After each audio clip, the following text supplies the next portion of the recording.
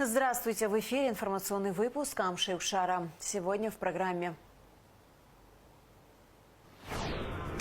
В Сухуми прошел круглый стол, на котором обсудили проведение конкурса, целью которого является создание в стране кадрового резерва. Арестован преступник, который, находясь на территории РФ, создал организованную группу, чтобы сбывать наркотики в Абхазии. В Сухуми прошла презентация республиканской общественной организации, которая была учреждена еще 1 марта 2023 года.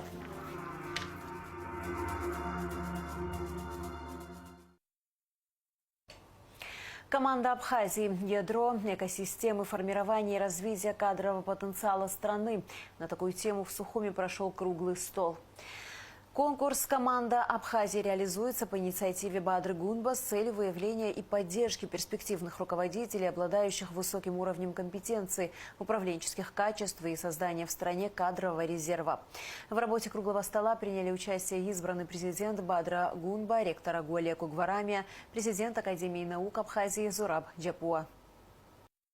Конкурс кадрового резерва «Команда Абхазии» направлен на выявление талантливых управленцев в различных отраслях госуправления. Он позволит изменить подходы формирования управленческого состава государственных органов не по признакам принадлежности к той или иной политической силы, а исключительно личностных качеств и характеристик. Инициатива конкурса «Команда Абхазии» принадлежит избранному президенту Бадре Гунба. Направление, которое позволит нам найти людей, которые смогут реализовывать свои профессиональные возможности в рамках нашего государства. Команда Абхазии должна стать платформой для создания кадрового резерва, государственного кадрового резерва, и мы всецело направим свои усилия на решение этих главных задач. Наша главная цель – это найти талантливых, инициативных и преданных делу людей. С этим мы обязательно, я уверен, что справимся и сформируем команду, я бы назвал коалицию профессионалов, которые будут призваны решать те основные задачи, которые сегодня стоят перед нашим государством. Конкурс «Команда Абхазии» оказался очень востребованным среди жителей Абхазии. В настоящее время подано 2804 заявки. Отрасли деятельности конкурсантов в сфере образования, молодежной политики, государственного муниципального управления, экономики, предпринимательства, спорта, туризма и так далее. Организатором конкурса стал Государственный комитет Республики Абхазия по делам молодежи и спорту. Наш вообще проект имеет очень такое важное словосочетание, связанное с нами со всеми: конкурс без проигравших. Это действительно так. Каждый участник, который прошел тестирование, будет иметь возможность иметь обратную связь с лучшими экспертами. Они будут понимать свои плюсы, будут видеть свои сильные стороны, но при этом, если будут минусы, то для корректировки данного направления они будут получать образовательную программу, чтобы они в будущем стали действительно хорошими управленцами. В основу модели конкурсного отбора легли российский опыт и лучшие практики президентской платформы «Россия – страна возможностей» и конкурса управленцев «Лидеры России». Всего предусмотрено несколько этапов конкурсных соревнований. Первый модуль дистанционного этапа предусматривает заполнение биографической анкеты, тестирование на анализ системного мышления и написание эссе. На втором конкурсантам предстоит пройти онлайн-тестирование на оценку управленческого потенциала. Участники, показавшие лучшие результаты, будут приглашены на очные мероприятия. Возраст участников от 18 до 55 лет с наличием не менее чем 2-летнего управленческого опыта. Уважаемые члены Напсовета, уважаемые эксперты будут отбирать 100 финалистов, тех ребят, которые придут на очный этап этого конкурса. Будет для них специальная программа. Это будет действительно большая программа переподготовки. Она будет состоять из целого набора модулей от 5 до 6. Это будут и профильные стажировки, это будут и региональные стажировки, это будут и стажировки в органах федеральной исполнительной власти.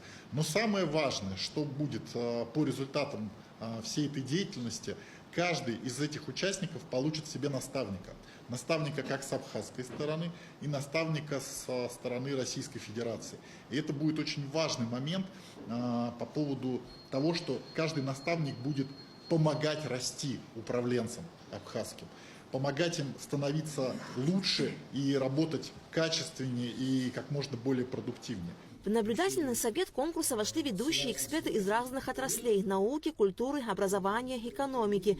Среди них ректор Абхазского госуниверситета Олег Угварамия, президент Академии наук Абхазии Зураб Джапуа. Есть темы для того, чтобы мы все старшие продумали, чтобы у нас в госуправлении были не по знакомству там и родству, а были настоящие профессионалы. Уверяю вас, есть такие ребята, и немало. Я никак не хочу говорить о тех, которые учатся, скажем, в Москве, приезжают в последний класс сюда. Для чего? Чтобы получить квоту, отсюда уехать и там же и остаться. Дорогие мои, вот эти вот штучки нам надо прекращать. Надо прекращать. В целом у нас талантливая молодежь, очень хорошая молодежь. Я многими из них могу гордиться. Вот поэтому надо будет все-таки больше доверять нам молодежи и ей помогать становиться на ноги. Практика показывает, что талантливые ученые, переходя на управленческие должности, сталкиваются с трудностями, естественно. Это связано с тем, что управление требует иных навыков, стратегического мышления, работы с людьми и так далее, и так далее. Конкурс «Команда Абхазии» – это возможность помочь ученым развить эти качества и стать эффективными лидерами. Конкурс позволяет выявить тех, кто обладает потенциалом для совмещения научной и управленческой деятельности и помочь им раскрыть этот потенциал.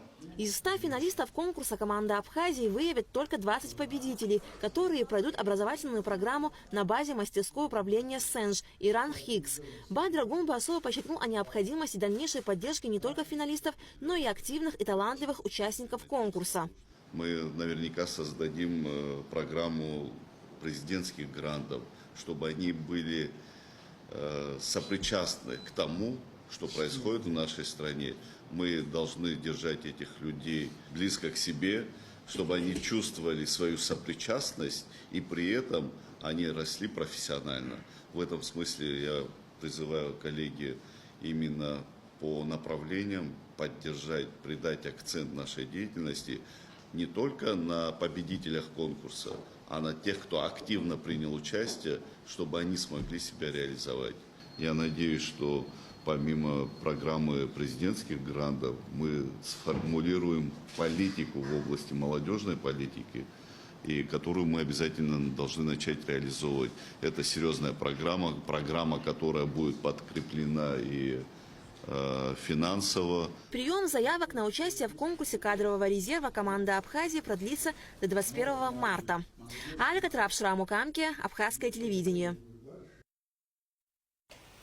Задержан организатор ранее действовавшего наркоканала «Череп», скрывавшийся в Краснодаре Евгений Садовский.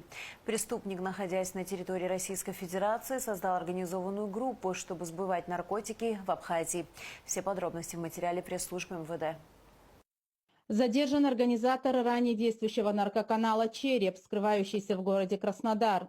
Гражданин Садовский Евгений Владимирович 1983 года разыскивался на территории Республики Абхазия как организатор наркоканала. В рамках международного сотрудничества Генеральной прокуратурой Республики Абхазия дело в отношении него было выделено и передано в Российскую Федерацию, где он был объявлен в международный розыск. Далее, во взаимодействии с нашими коллегами Управления по контролю за оборотом наркотиков Краснодарского края, данный гражданин был задержан. Согласно материалам уголовного дела, Евгений Садовский, находясь на территории Российской Федерации, создал устойчивую организованную группу с целью совершения на территории Республики Абхазия незаконного сбыта наркотических средств в особо крупном размере. 23 февраля 2024 года сотрудниками УКОН МВД Абхазии в результате проведенных оперативно-розыскных мероприятий из незаконного оборота было изъято порядка 443,5 граммов наркотических средств. Это метадон, мефедрон, кокаин и каннабис. К уголовной ответственности были привлечены соучастники преступной группы, 2 граждан Российской Федерации и жители Чемчирского района. Также установлено, что организатором поставок наркотических средств в Абхазию по наркоканалу «Череп» является гражданин Российской Федерации Евгений Садовский, скрывающийся в городе Краснодар. Разыскные мероприятия по задержанию последнего провели сотрудники 4-го отдела УНК Главного управления МВД России по Краснодарскому краю в рамках договора между Российской Федерацией и Республикой Абхазия взаимной правовой помощи по уголовным делам. Тем самым нам удалось привлечь всех участников данной преступной группы, от курьера, закладчика, а также непосредственно организатора данного наркоканала. Я, как руководитель управления по контролю за оборотом наркотиков, считаю, что это большое достижение и в совместной работе, и новый уровень взаимодействия, который мы собираемся наращивать, дабы дотянуться до непосредственных организаторов наркоканала, которые находятся за пределами Республики Абхазия. 30 школам столицы и Сухумского района выданы патриотические стенды с информацией о героях Великой Отечественной войны, Отечественной войны народа Абхазии и СВО. Проект реализуется Министерством просвещения и Российским фондом президентских грантов в рамках поездки учителей в Центр знаний Машук. Также состоялась встреча исполняющего обязанности министра просвещения Абхазии Инала Габлия с руководством Российского детского центра Москвы. Все подробности в репортаже Шазины Ханагуа. Патриотическое воспитание молодежи – важная задача образовательных учреждений, а уроки истории играют значительную роль в формировании у школьников любви к родине. Темы Великой Отечественной войны и Отечественной войны народа Абхазии особенно важны, поскольку демонстрируют тяжелые испытания, которые выдержал народ, и укрепляют человеческое самосознание. Хотелось бы в первую очередь поблагодарить представителей фонда президентских грантов, в рамках которого проходит сегодня реализация проекта «Патриотичные стенды». В школах Абхазии поступят вот такие вот стенды, где описывается героизм наших старших братьев, наших героев. Конечно же, это очень хорошее подспорье для преподавателей истории. То есть эти стенды будут переданы в первую очередь в классы истории, где историю будут проходить наши школьники. 30 школ Сухума и Сухумского района получили новые патриотические стенды. Каждая школа получила 6 стендов с информацией о героях Великой Отечественной войны, Отечественной войны народа Абхазии и СВО. В их числе уроженцы Абхазии Рожден Барцыц, Владимир Аршба, Владимир Харабуа. Следует отметить, что узнать о подвиге героев подробнее можно по QR-коду. Работа с патриотическими стендами поможет учащимся лучше изучить историю, глубже понять ее трагическую и героическую составляющие. Мы искали те проекты, которые в России были реализованы, была популярность в этой сценарии, поэтому хочется вам тоже показать, какие возможности есть. Это вот крайне интересно, сами все команды с большим удовольствием это слушали, смотрели и сами вот какие-то новые вещи однозначно для себя открывали. Крайне интересно. Во время повышения квалификации в Центре знания Машук абхазские учителя отмечали нехватку наглядных пособий. Тогда и было принято решение о создании патриотических стендов при поддержке Российского фонда президентских грантов. Следует отметить, что патриотическими стендами планируется обеспечить все образовательные учреждения республики. На текущий момент, да, в рамках каждой школы предусмотрено 6 сценариев. То есть это 6 эпизодов, 6 героев, которые дети смогут в каждой школе изучить. Также в Министерстве просвещения Абхазии состоялась встреча исполняющего обязанности министра Инала Габлия с руководством Российского детско-юношеского центра Москвы. Рад, что вы снова к нам прибыли, вернулись. Я уверен, что наша работа будет только набирать обороты. Мы планируем с вами заключить соглашение. Росдетцентр для нас это, как говорится, пример в воспитательной работе. Поэтому сегодня, я думаю, Александр Сергеевич, тоже вы поделитесь своими идеями в рамках нашего сотрудничества. Уверен, что наша работа в сфере воспитания именно, да, подрастающего поколения будет носить очень продуктивный, эффективный характер. Для нас это тоже задача номер один, как и в Российской Федерации. То есть передать знания – это часть задачи. Главное – воспитать в ребенке настоящего патриота, настоящего гражданина. Поэтому с вашей поддержкой мы это будем делать еще эффективнее и еще, я думаю, интереснее и увлекательнее для самих детей. В свою очередь, директор Российского детско-юношеского центра Москвы отметил, что целую неделю российские специалисты будут общаться с учениками и преподавателями, посмотрят, какие инструменты для развития образовательной среды есть в республике, поделятся своим опытом. И в своей деятельности как раз советники определяют несколько очень важных направлений, которые вместе помогают раскрывать творческий потенциал детей. В первую очередь, безусловно, это развитие воспитательной среды в стенах образовательных организаций, да, это создание школьных театров, центров детских инициатив, школьных спортивных клубов, военно-патриотических клубов, музеев. То есть советник, он объединяет детские коллективы, вместе с педагогами они помогают создавать такие рекреации, и дети в зависимости, соответственно, от своих интересов становятся активными таких воспитательных пространств, и уже это воспитательное пространство непосредственно помогает развивать профессиональные компетенции ребят в различных направлениях, и многие из них, благодаря воспитательным пространствам, понимают, какую профессию в будущем им интересно было приобрести, и самое главное, какой они вклад могут сделать, в развитие страны. Участники встречи обсудили различные воспитательные практики, методы взаимодействия с родительским сообществом и детскими объединениями, которые детско-юношеский центр Москвы внедряет в школах и колледжах России. Шазина Ханагу, Алексея Гухава, Камила Джопуа, Абхазское телевидение. Около 100 школьников из Абхазии примут участие в третьей смене Международного детского центра «Артек». Это стало возможным благодаря увеличенной квоте. 12 марта школьники отправятся в Крым. Среди них активисты, спортсмены, победители Олимпиад. В Кабмине прошла встреча исполняющего обязанности министра просвещения Инала Габля с участниками смены. Дети и их родители могли задать интересующие вопросы, а также узнать о новых проектах. Инал Габля поблагодарил за предоставленную возможность руководства Российской Федерации, а также директора Российского детско-юношеского центра Александра Кудряшова. Мы отправляем большую команду, впервые в истории Абхазии. До 100 человек поедут завтра в Международный детский центр «Артек». Для нас это большая победа. Благодарю за поддержку руководства Минпросвещения России в лице Сергея Сергеевича Кравцова. Благодарю руководство «Артека» в лице директора Константина Альбертовича Федоренко и всех, кто нас готов принимать в этой прекрасной, замечательной стране детства. Это и вожатые, это и педагоги, это и замечательные спортсмены, эксперты в сфере образования. Вас ждет незабываемое путешествие. Я сам побывал впервые в «Артеке» в апреле прошлого года. В марте 2024 года мы подписали соглашение о сотрудничестве.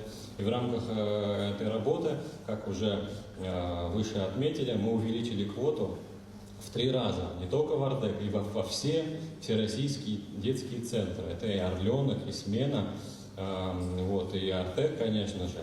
Поэтому я вас благодарю за вашу активную жизненную позицию. Вы победители Олимпиад, конкурсов. Я уверен, что и там, в стране детства, вы покажете себя с самой лучшей стороны. Открывается новый этап в вашей жизни, вы уже достигли очень больших побед, многие призеры Олимпиад, различных конкурсов. И вы едете в «Артек» в очень символичное время. В этом году «Артек» отмечает 100-летие, это его первый большой юбилей. «Артек» — это действительно страна детства, это страна с уникальными воспитательными технологиями, с уникальными вожатыми. И мы уверены, что вы, проведя эту тематическую смену, обязательно обретете не только новых близких друзей, но обязательно построите, найдете новые профессиональные компетенции, свой маршрут дальнейшего развития, обретения будущей профессии. Наша общая задача двух наших стран — создавать всесторонние возможности для вашего развития. Еще раз вас поздравляю, вы большие молодцы. Самое главное, сохраняйте в себе эту энергию, которая сейчас у вас есть, которая принесла вам определенные достижения, преобразуйте ее, каждый раз ставьте себе новые цели и задачи, а мы совместно будем помогать вам их достигать. Стартует прием заявок на международный конкурс рисунков «Грани творчества». К участию в конкурсе приглашаются учащиеся образовательных учреждений от 7 до 17 лет, чьи рисунки смогут вдохновить сотни людей, показав, как важно дружить, поддерживать и понимать друг друга. Предлагается отразить образ крепких дружеских связей между народами Абхазии и России в творческих работах, которые украсят фасады зданий и корпус поезда, связывающего дружественные страны. Работы принимаются в любой художественной технике, в том числе с использованием компьютерной графики. Рисунок должен быть авторским и ранее не участвовавшим в других конкурсах. Прием работ продлится до 17 марта. Подробности на официальном сайте Министерства просвещения Абхазии. В историческом голландском квартале в центре Потсдама состоялась презентация Республики Абхазия, собравшая представителей бизнес-сообщества Германии. Организатором мероприятия выступил член правления международной, неполитической и нерелигиозной организации All Tables Potsdam Йорг Баут, который и предоставил площадку для обсуждения экономических возможностей Абхазии. В мероприятии приняли участие представитель ТПП на Абхазии в Германии Вольфганг Мацке и полномочный представитель МИД в Германии Хибла Амичба. Основное внимание на презентации было уделено экономическому потенциалу республики и возможностям для инвестиций. В Сухуме прошла презентация республиканской общественной организации «Новый курс», которая была учреждена еще 1 марта 2023 года. О целях и задачах новой организации в материале Ульяны Рожковой. Цель организации – доведение до широкой общественности идеи о проведении системных государственных реформ, в первую очередь реформы модели правления, за которой должны последовать и ряд других важнейших политических шагов. Новый курс выступает за движение по реформированию в целом всей системы управления в государстве. Организация должна стать определенным направлением, стратегией по проведению политических, социальных, экономических и иных структурных преобразований в стране. Хотел бы тут остановиться на том конкретно, что касается вообще экономической сферы. Развитие самой экономики, вообще в принципе реформа экономической системы невозможно без реформирования самой Конституции, о которой мы говорим. Что дает реформа Конституции? Реформа Конституции прежде всего дает нам возможность осуществлять более прозрачную, более качественную, более, так скажем, эффективную систему государственного управления. И благодаря этой эффективной государственной системе управления уже дальше можно разговаривать о всякого рода экономических проектах. Прежде всего, нас интересуют проекты в области малого и среднего предпринимательства. По мнению сопредседателей нового курса, источниками политических кризисов в республике являются два фундаментальных фактора – сложившаяся после войны модель государственного правления и, безусловно, общественные отношения. Непрекращающееся внутреннее противостояние, множество негативных тенденций, проявляющихся в разных формах, привели нас к кризису во многих сферах жизни, что, конечно же, вызывает тревогу за будущее нашего народа и государства. В этой связи, как нам представляется, назрела необходимость переосмыслить пройденный после окончания войны период, определить причины кризиса и наметить пути выхода из него, поскольку сам по себе кризис никуда не денется. Абхазия, и это уже очевидно давно, нуждается в первую очередь в стабильности, в здоровых правилах и порядках, понятных каждому гражданину без исключения, без которых невозможно развитие государства. Республиканская общественная организация «Новый курс» открыта и готова к диалогу со всеми общественно-политическими силами в стране, которые разделяют позицию по вопросу реформирования модели государственного правления. Ульяна Рожкова, Инал Гвинджи, Абхазское телевидение. В Сухум с рабочим визитом прибыла делегация из Тамбовской области. Российских гостей принимали в столичной администрации. Детали в материале пресс-службы города. В Сухум с рабочим визитом прибыла делегация из Тамбовской области. В столичной администрации принимали российских гостей. Тамбов и Сухум с 2012 года города-побратимы. Глава администрации Сухума Беслан Эшба отметил, что уже много лет идет плодотворное сотрудничество в самых разных сферах. Мы рады вас видеть на абхазской земле, в столице нашей страны, в городе Сухум. Готовы обсудить наше дальнейшее сотрудничество по самым разным направлениям. Это социальный блок, экономика, молодежная политика. Для того, чтобы наши города стали еще ближе, еще плодотворнее сотрудничали. У нас и так, в принципе, последние 2 года идет интенсивное сотрудничество. К нам ездят гости, в основном преподаватели и те, кто там помогают нам повышать уровень квалификации наших преподавателей. С городом Тамбовом очень теплые отношения, дружеские, партнерские отношения. Уже несколько лет мы работаем вместе, взаимодействуем по всем направлениям. Спасибо большое, огромное, что нашли время и с рабочим визитом приехали к нам. Временно исполняющий обязанности руководителя аппарата правительства Тамбовской области Валерий Карасев в свою очередь подчеркнул перспективность взаимодействия и в будущем. Администрация Тамбовской области с сухумскими коллегами подготовила план совместных мероприятий на 2025 год, включающий проведение научно-практической конференции, конкурсы детского творчества, фотовыставки, турниры по различным видам спорта. Естественно, поддерживается. Мы сейчас проект рассмотрим, обсудим, как вы уже сказали, Александр Федорович, мероприятия, которые нам предстоит провести в этом году. Ну и, соответственно, с ответным словом могу сказать, что действительно правильно было подчеркнуто братья и сестры. В перспективе, я думаю, что мы только будем не просто плодотворно сотрудничать, а расширять все наши вопросы, планы и реализовывать. Но самое главное, что есть желание, что она была. Потому что во время работы что-то находим новое, интересное, взаимно. Мы у вас учимся, вы у нас и развиваемся вместе на благо жителей наших регионов. Празднование 80-летия Победы в Великой Отечественной войне также занимает важное место в утвержденном плане. В этом году, как вы знаете, у нас величайшее событие – это 80 лет Победы. У нас с вами намечены совместные мероприятия, также во знаменование такой серьезной великой даты. Заместитель министра экономической и инвестиционной политики Тамбовской области Ольга Камнева подчеркнула, что Абхазия – постоянный торговый партнер Тамбовской области. Она обозначила и новые направления взаимодействия, в частности, в аграрной сфере.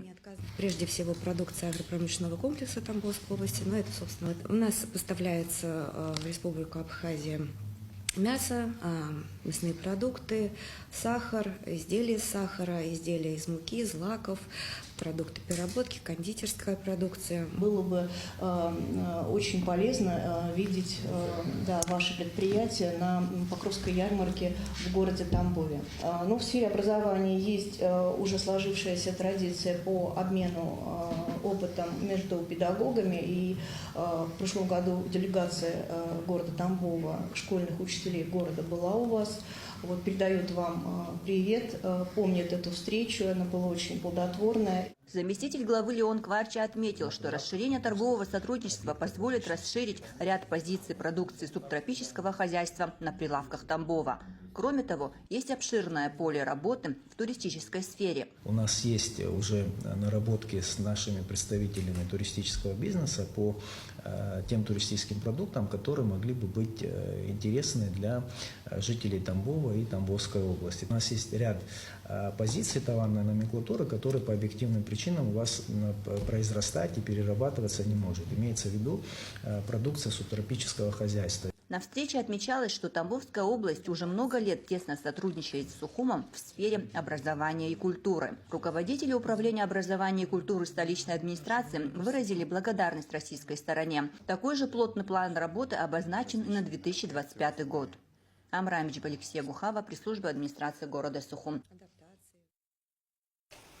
Гендиректор Русдрамы Ираклий Хиндба стал почетным членом жюри 26-го международного Брянцевского фестиваля детских театральных коллективов.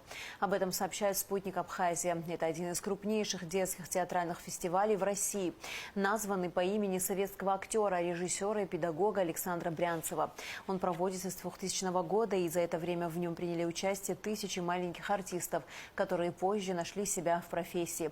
В этом году мероприятие будет проходить в Санкт-Петербурге с 14 по 17 апреля. По предварительным оценкам специалистов Госкомитета по экологии, гибель чомг на побережье Черного моря носит естественный характер, сообщает Апснопресс со ссылкой на исполняющего обязанности председателя Госкомитета по экологии Савелия Читанава.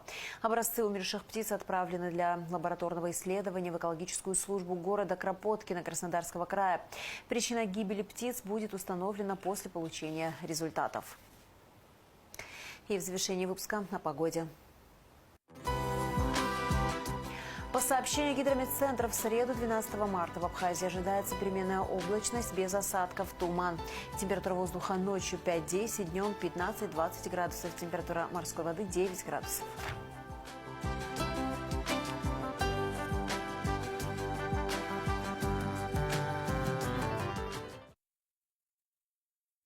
На этом наш выпуск завершен. До скорых встреч в эфире.